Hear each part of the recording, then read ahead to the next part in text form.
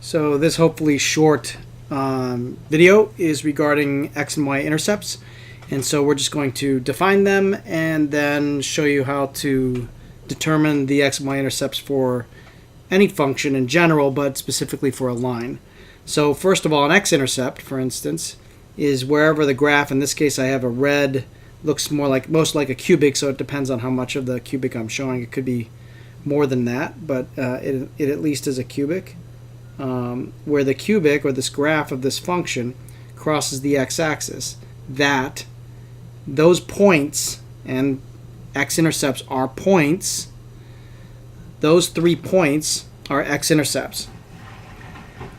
Y-intercepts are the exact same idea, except where the graph crosses the y-axis, so that would be the y-intercept. And so something that we should notice with the x and y-intercepts are the following sort of properties or ideas. Each of these 3 points, what is the y value for each of those 3 points? Well, the y value would be 0 because it's at y equals 0. So these would have some value, some x value, comma y value, but the y value is 0. So each of these is x comma 0.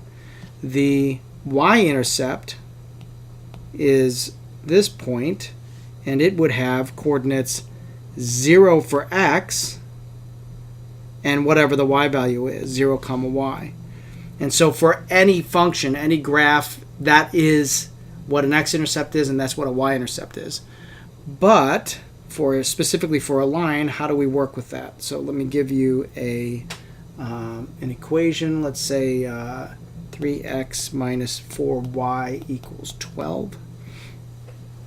And let's determine the x-intercepts.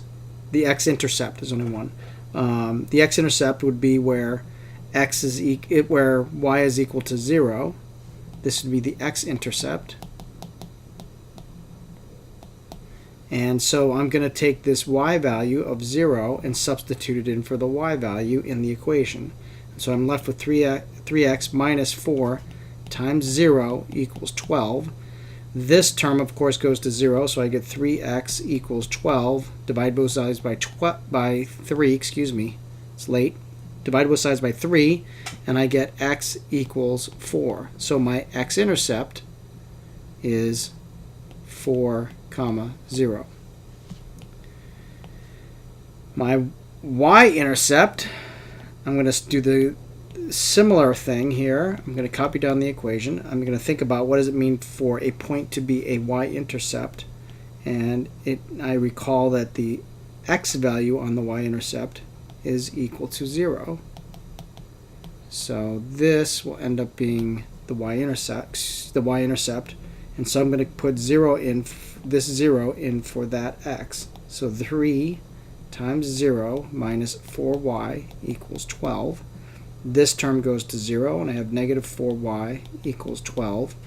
Divide both sides by negative 4, and I get y equals 12 divided by negative 4 is negative 3. And so my y-intercept for this linear equation is 0, negative 3. And so those are x and y intercepts. And we can also have some crazy numbers. So let's go 5x minus 7y equals 9. Those are all prime, so I know I'm going to divide. We're going to get some not as nice numbers. And so I want to find let's go with the y-intercept first. So the y-intercept has a 0 value for x. And so this is going to be my y-intercept. And so I'm going to put 0 in for x. So that's 5 times 0 minus 7y equals 9. Which means I'm going to take both sides and divide it by negative 7 because this term goes to 0. And so I get y is equal to negative 9/7. That's my y. That's not my y-intercept. That's just a value. Here's my y-intercept. 0, negative 9/7. That's my y-intercept because the intercept is a point. And my x-intercept, I'm going to write down the equation again. And I'm going to recall that my x-intercept has a 0 for y. This is going to be my x-intercept. And so I'm going to substitute this 0 in for that y, and I'm going to get 5x minus 7 times 0 equals 9, which results in 5x equals 9, and my x-intercept, I get x, divide both sides by 5, I get x equals 9/5, and so my x-intercept is 9/5, comma 0. And so if they ask for the x and y-intercept, that's how you would determine those points. Hope that helps. Bye.